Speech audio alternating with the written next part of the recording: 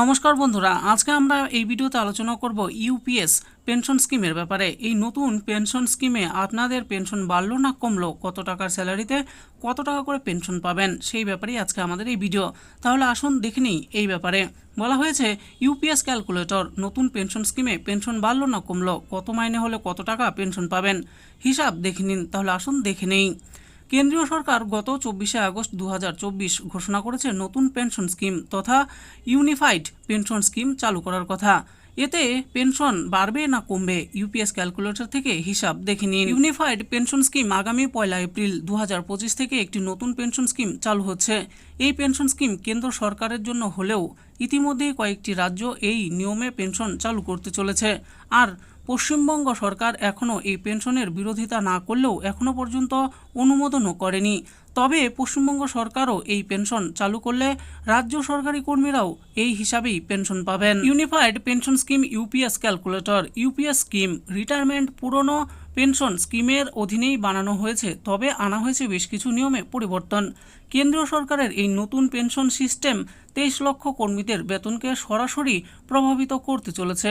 UPS এর আওতায় সরকারি কর্মচারীদের প্রতি মাসে কত পরিমাণে পেনশন দেওয়া হবে এবং কর্মচারীর মৃত্যুর পর পারিবারিক পেনশনেই বা কত হবে, সেই নিয়েই এই ভিডিও। দেখুন, বলা হয়েছে যে ইউনিফাইড পেনশন স্কিমের বৈশিষ্ট্য কি কি আছে, আসুন দেখে নিই। 1 নম্বরে বলা হয়েছে বেসিক স্কিম। ইউপিএস এর অধীনে অবসরপ্রাপ্ত কর্মচারীদের পেনশন হবে তাদের গত 12 মাসের গড় বেসিক বেতনের 50%। এই স্কিমের উদ্দেশ্য হলো সরকারি কর্মচারীদের আর্থিক নিরাপত্তা নিশ্চিত করা এবং অবসরকালে তাদের জীবনযাত্রার মান বজায় রাখা। 2 নম্বরে বলা হয়েছে পারিবারিক পেনশন। কর্মচারীর মৃত্যুর পর তার পরিবারকে পেনশন দেওয়া হবে, যা হবে কর্মচারীর পেনশনের 60%। 3 নম্বরে বলা হয়েছে ন্যূনতম পেনশন।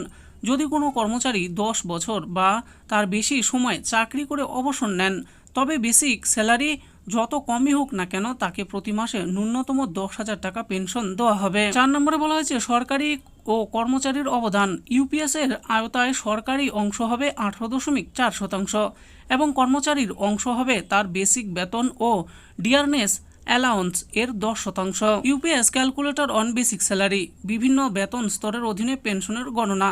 1 নম্বরে বলা হচ্ছে বেসিক বেতন 50,000 টাকা। যদি কর্মচারীর গত 12 মাসের গড় বেসিক বেতন 50,000 টাকা হয়, তবে ইউপিএস এর অধীনে তার অবসরকালীন পেনশন হবে 25,000 টাকা প্রতি মাসে। কর্মচারীর মৃত্যুর পর তার পরিবারকে 15,000 টাকা পেনশন দেওয়া হবে, যা কর্মচারীর পেনশনের 60%। 2 নম্বরে বলা হচ্ছে বেসিক বেতন 60,000 টাকা। 60,000 টাকা গড় বেসিক বেতনের অধীনে পেনশন হবে 30,000 টাকা। কর্মচারীর মৃত্যুর পর পরিবারকে দেওয়া হবে 18,000 টাকা, যা 60% পেনশনের ভিত্তিতে গণনা করা হবে। 3 নম্বরে বলা হয়েছে বেসিক বেতন 70,000 টাকা। যদি বেসিক বেতন 70,000 টাকা হয়, তাহলে প্রতি মাসে 35,000 টাকা পেনশন পাওয়া যাবে। কর্মচারীর মৃত্যুর পর পরিবারকে 21,000 টাকার পেনশন দেওয়া হবে। 4 নম্বরে বলা হয়েছে বেসিক বেতন 80,000 টাকা। 80,000 টাকা গড় বেসিক বেতনের অধীনে পেনশন হবে 40,000 টাকা প্রতি মাসে। কর্মচারীর মৃত্যুর পর পরিবারকে দেওয়া হবে 24,000 টাকা। তো বন্ধুরা, দেখে নিলেন আজকে আমরা এই ভিডিওতে আলোচনা করলাম সেন্ট্রাল গভর্নমেন্টের পক্ষ থেকে চালু করা ইউপিএস পেনশন স্কিমের ব্যাপারে। তো এই পেনশন স্কিমের মাধ্যমে কারা কত বেতন পেলে কত টাকা করে পেনশন পাবেন, সেই ব্যাপারেই আজকে এই ভিডিওতে আমি আলোচনা করেছি। আশা করি ভিডিওটি আপনাদের ভালো লেগেছে। আর এই ভিডিওটি যদি আপনাদের ভালো লেগে থাকে তাহলে অবশ্যই একটি লাইক করবেন।